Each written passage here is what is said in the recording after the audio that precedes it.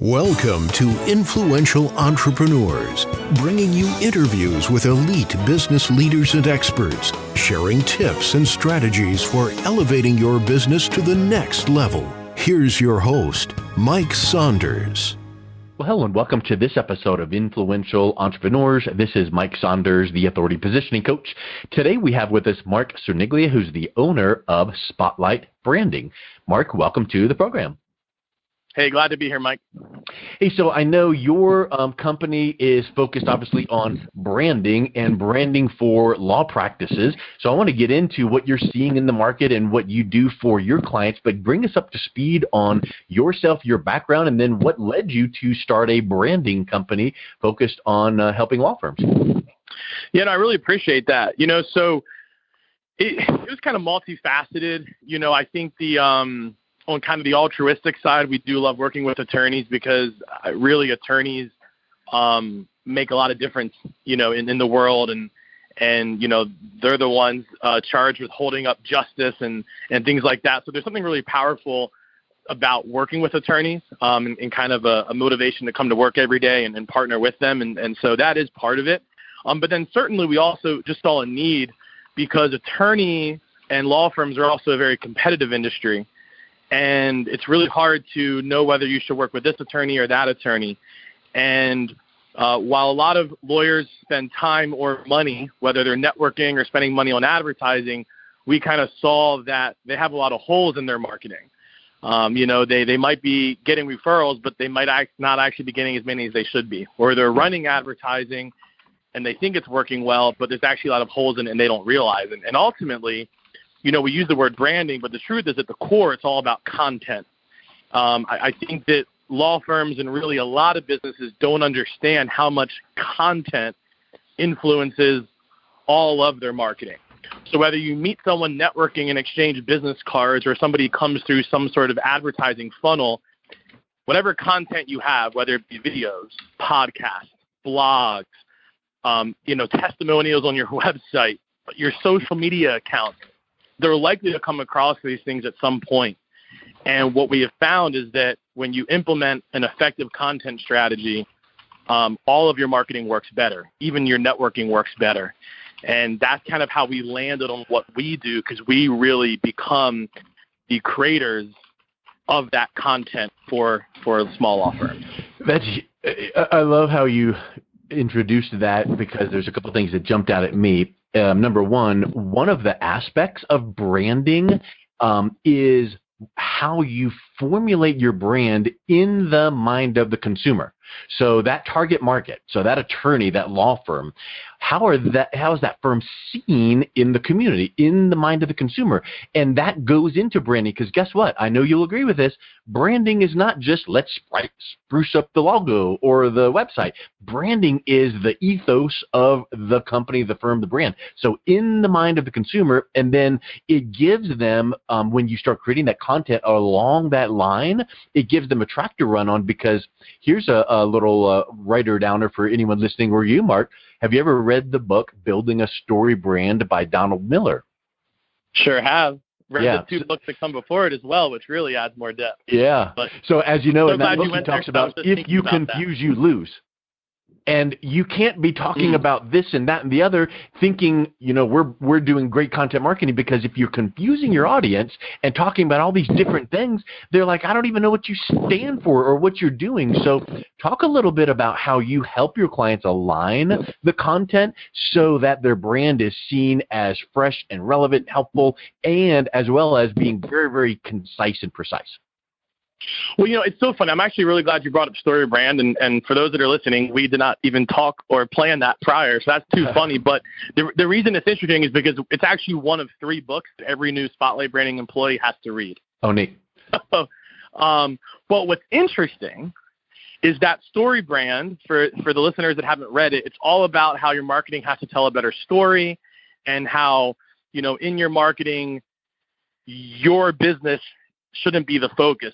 Your potential customer or client should be. The way Story Brand talks about it is, in a good story, there's a hero, and the hero can't be you. The hero needs to be your customer, your client, and you're ultimately the guide. And when you tell your marketing story that way, it's much more powerful. And it's totally true and there's a reason we make our employees read it. But here's the caveat, especially when we're talking about lawyers and really, in my opinion, any service-based industry where there's a lot of you, doctors, accountants, etc. Here's the funny thing, though. The first thing you need to do in your marketing and in your branding is just position yourself as credible and as an expert. You know, there's so much talk in marketing about needing to be unique and telling a good story, and I agree with that, but that is layer 2 of branding. Layer 1 is people just have to think you're good at what you do, right? If I need heart surgery, I am not looking for the most unique heart surgeon in the country. Yeah. I'm looking for the one that is good at it. So yeah, I'm not looking for the guy that posted up a cool video on YouTube or Facebook and I resonate with his personality. That's fine and good once I know that you're the bomb. Right. So it's almost like the gravity of your need as a potential customer or client influences kind of where you start with your branding. And so when we're talking about people dealing with legal issues, for example, the first layer of your marketing and of your content needs to be, you know, if you're a family law attorney, you should be writing blogs and videos that address common common situations that people face when they're considering divorce or child custody battles and things like that. And so not that you can't be unique and all of that when you do it, but sometimes we see businesses and lawyers kind of skip over that step and just try to be unique. Yep. Right? And never actually communicate valuable information that basically says, hey, I know my stuff. You know, and here's another thing. Getting back to, you know, the story brand and the guide and the hero, that's such a, because people think like, oh, we need to tell your brand and the story. It's not once upon a time there was. It is what you said, which is, if that law firm goes, look at how great we are, you would be privileged to work with us, we're the best. There's elements of that they need to know to have that trust level there. But the point is, if using as an example, one comes to mind is like a defense attorney. You know, you need to make sure that you say to that potential client, I'm here to guide you through this process because I know all the ins and outs, and we're going to make sure that you are the victor and you prevail. And that's making them feel like they're the hero, not the law firm. The law firm needs to be seen as that expert, as you just said, and they need to know the ins and outs. And you need to throw in a case study or two and a testimonial going, man, when we use these guys, we had no clue, but man alive, they just walked us through every step of the way, and look at the result. That's the story and the emotion and the kind of the feel that attorney needs to, or the law firm needs to project. And how do you do that? Content. And content could be like bullet point 1, bullet point 2. It could be a lot of different things. And I would like to ask you now, when you are saying content marketing, could it be or should it be just a blog post? Nope. Should it be a blog post and a video? Should it be a what are you recommending and doing for your clients? And secondly, are you just training your clients how they should do it and then say, go out and do it? Or, as I suspect, you're going, look, here's the strategy behind it, but we're doing it for you. We're going to do this and that and the other. And there is some interaction because you can't do a video for a law firm. You can do it with them. But talk a little bit about some of the tactics. Yeah, sure. Well, I mean, if you're a Spotlight Branding client, we're going to do it for you. You know, that's what you're paying us for. And, you know, we've been doing it for a decade. And so we kind of have identified a process and a system that we follow. We call it the content loop. Happy to talk more about that. The short version is that regardless of if it's blogs, videos, email newsletters, whatever it is, the key for us is that we find that all of your marketing works better when you stay connected with your audience. So by putting out a monthly newsletter and a monthly blog and videos and frequent social media posts, you are actually keeping people in the loop, right? Both kind of literally and metaphorically, as opposed to a funnel that kind of ends. So at Spotlight Branding, we're going to create that content that feeds this loop so that, you know, no lead or referral or opportunity is ever missed. And even if you're going to do it yourself, that's my advice. I don't think you should just do one piece of content. I would say that. Like, I don't think you should just do a podcast or just do blogging. You should definitely do a few. And the key is putting them out consistently. Yeah. So that you can keep people connected so that no one kind of slips through the cracks. Yeah, huge. And here's something else that I would say. if you know your target audience enough, that would help decide what type of content that you should be having Spotlight Branding put out for you. So here's what I'm meaning. If you knew that your law firm is going to help senior citizens with whatever their legal need might be, then you're not going to do a Twitter campaign, or you're not going to do an Instagram campaign. You're going to probably do something that's totally different. So how do you work with your clients and help them decide what type of content needs to be created and put out so that it attracts their correct target audience? Well, actually, what's really interesting is that we're finding is that you pretty much can't lose, though, actually, with like social media platforms and email as well, because even in the example you just gave, typically, when you're working with some of the law firms that do, and gosh, I'm embarrassed because the exact phrases are escaping me in the moment, but when you get into like estate planning, or I think long-term care planning and some stuff with Medicare and Medicaid, that some lawyers do some work around, a lot of times it's actually their kids that are actually looking for the attorney for them. It's interesting. So I think that, let me answer the question in two ways real quick. At Spotlight Branding, I'm going to be honest. In order for us to be good at what we do, we have zeroed in on, we do social media, we do email newsletters, we do blogs, we do videos. If there's a law firm that doesn't feel like those platforms are going to work for them, we're just not a fit. But that's just the nature of being a business, right? Like if somebody comes to an estate planning law firm and with a DUI, well, they're in the wrong place. So we can't serve everyone in general. But to answer the question not about Spotlight Branding, I think what you hit the nail on the head. You need to identify who you're trying to reach or who the key players are and put content in places that they actually go. And then also put out content that's going to help them. That's being the guide, right? So if they're looking for some long-term planning stuff for their parents, you should have a blog that says, doing long-term care for your parents, here's 5 tips. Yeah. And all of a sudden it's actually pretty simple. And then you get into consistency, because I think a lot of people go, one of your things might be to do a blog post or write a white paper or a case study or a video. Did that. Yeah, but it was 18 months ago. And these things need to be continually done so that, number one, it reinforces it in your firm's mind, because as your firm is using these assets to develop business, it's reinforcing it internally, and that's a big, big thing. But secondly, Google and your target audience needs to see that consistency.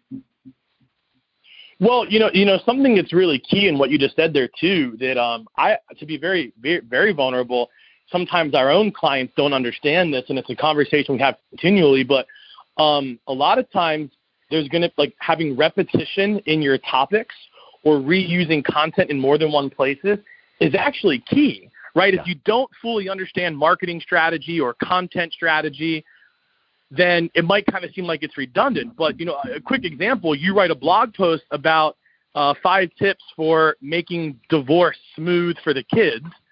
Well, that can also be a podcast conversation. That can also be, like, that same topic can be a video FAQ, and then to take it a step further, that one blog post, don't just publish it once on social media.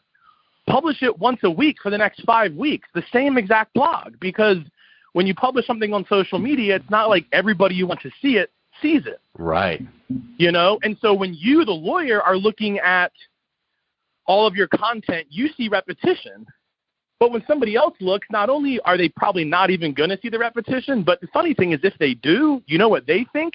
They think, oh, you're an expert at divorce because it's all you talk about. Yep.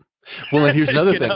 Way, way, way back in the day, there's the statistic that I am confident still works, but even better, which is it takes like 5 to 7 to 10 times for someone to see an advertisement or a marketing piece for them to kind of resonate and really understand. Well, I would add to that, that concept is the same, but have you ever seen those stats where it's like we all every single day see like 2,700, marketing advertisements, So we're really inundated with our attention. So whether it's a marketing thing, or I've got a lot on my plate, or I got a text message or an instant message or a Facebook message, people are busy. So I would say that it takes a couple, 3 times to count as one. So in reality, when you're thinking about your content and getting in front of your target audience, whether it's email, whether it's social media, you've got to realize that that person that you sent it to, even if it's an email, they're busy and they might not really pick up on it. But here's something that I really think that people miss out on. Direct mail, the success rate of direct mail is like 2%. Man, we got a 2% response on that campaign. That's wonderful. Well, in reality, it's a 98% fail rate. But with email, the cool thing is the interesting thing is people get hung up on open rates. Oh, the open rate was only X. Well, that means that someone got the email, clicked it to open it. How about this morning when, Mark, didn't you open your email and scan through it and go delete, delete, delete, delete, delete? Of course, we all do. And then we get to the ones we want to address. But those ones we delete, that split second, we didn't unsubscribe. We just deleted it because we know, oh yeah, that company sends me this, and I'm going to let them stay on my radar. For that split second, you remembered the name of that company, and you know that subconsciously, when you ever need whatever, you might go back and you're deleted and find them. Now, when a attorney, law firm is marketing their content that you're creating for them, and you're saying, let's get this piece of content out in your email campaign, don't worry if your prospective client doesn't read it, and send an email and go, thank you for sending me this, because that split second in time that you were in their email inbox and they hit delete, they remembered you. Exactly. So, I'm going to give your audience a little treat here. I'm going to give away some secret sauce. Yay. And this applies even if you're not an attorney. So people get all interested in subject lines to increase open rate and things like that. And I think there's a time to do that. But if you're sending out a monthly email newsletter or something like that, or you might call it a blast or whatever, our strategy is that we always include some of the most recent content, typically a blog. Yeah. Okay. And that blog is always intentionally titled with something that, even if I don't read the blog, if I just see the title, it's reinforcing something. So going back to that example of 5 tips to make divorce smooth on the kids. Even if I just see that title, I now know that you focus on divorce. I know that you care about making it smooth on the kids. So here's what we do. We just make the subject line match the featured piece of content, the title of the featured piece of content that month. Yeah. And the simple reason is because no matter how much we play with open rates for lawyers, we never get anything better than 35, 40%. And that's which is stellar anyway. The high end in marketing. Yeah. Right? Usually we see 20%. So my thing is, well, let me do some quick math, right? If 20% open it, 80% didn't. If I make the subject line match the title of the blog or the feature piece of content, at least I know that the 80% that didn't open it were not only, to your point, reminded of me, but you know what else? They were reminded of what I do. Yeah. I literally still sent them a message. Now, if I play with the subject line and the subject line instead something like, can't miss this opportunity or something like that gets me to open it, well, great. I get the open rate up to 30%. But now the 70% that didn't open it aren't reminded at all about what I do. And people are so tired of the sensationalistic, did you see this, or you can't miss this, or brand new that. Because even if they do open it, they scan it really quick, and they're like, yeah, whatever. But to your point, my salespeople might do that, though. I'm guilty of that. Yeah, that's true. I mean, that's a ninja tip, and that's once you've created a piece of content. Now what? Let me add to that. I'm confident you do this, which is that blog post that you wrote on that really relevant topic about how divorce affects kids, and well, that's really great. I'm confident you don't take that 1,200-word blog post and plop it into email and put in there. Nope. You take the title, put it in the subject line, and then wherever in the email that you have that, you do the first paragraph or two, and then read more and send them right back to your website. Oh, of course. Yeah, because that's Of where course. you want them to read it, and you want Google to see clicks, and you want all of that kind of good stuff. So yeah, that's how you use email today, because no matter what, I don't care what demographic you're in, private message, text, whatever, people still email and they read emails. Completely. Yeah, 100%. I mean, email, I can't tell you how many lawyers the following words come out of their mouth. Yeah, I just don't really think that I need an email newsletter. And Yeah.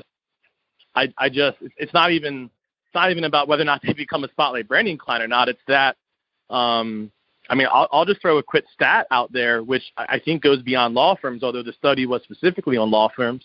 And you can look this up. Texas Tech School of Business did a study on law firms, and they found that I think the number was, while about 83% of your clients in your network are willing to refer to you, only 29% are. Yep. Have you ever for heard those this that stat? aren't math wizards, the data literally says you're getting 1/3 of the referrals you should be from your existing network. I'm not even talking about meeting more people. And what's amazing, Mike, is that most attorneys I talk to, their number one source of business is referral. And here's the greatest kind of trick that's ever been played on attorneys, or their greatest blind spot. They think that if something is their number one source of business, that means that thing is performing well. Yeah. Yeah. Those are not. Yeah. Well, here's just because the your stat number to one go source along of with what business you is just said. referrals doesn't mean you're Have doing you well. ever heard the concept that every month you don't stay in touch with your network, you lose 10% of your influence with them? No, that's awesome. Actually, if you've got a report on that, please send it to me, because I could use that. Yeah, just Google. I don't remember who it's attributed to, but I always it's a sales kind of a stat. Just Google that. It sounds right. You know what I mean? And let me be contrarian for a second about the newsletter. I say no attorney needs an email newsletter. Here's why. You should never utter those words other than internally, because nobody wants to sign up for our monthly e-zine or our newsletter. Nobody cares about that as far as a prospective client. But guess what you need to have? A monthly email communication called something, right? It's not sign up for a newsletter. It is having a lead magnet. In the marketing world, we call it a lead magnet. So how about this? Using your example of how divorces impact kids.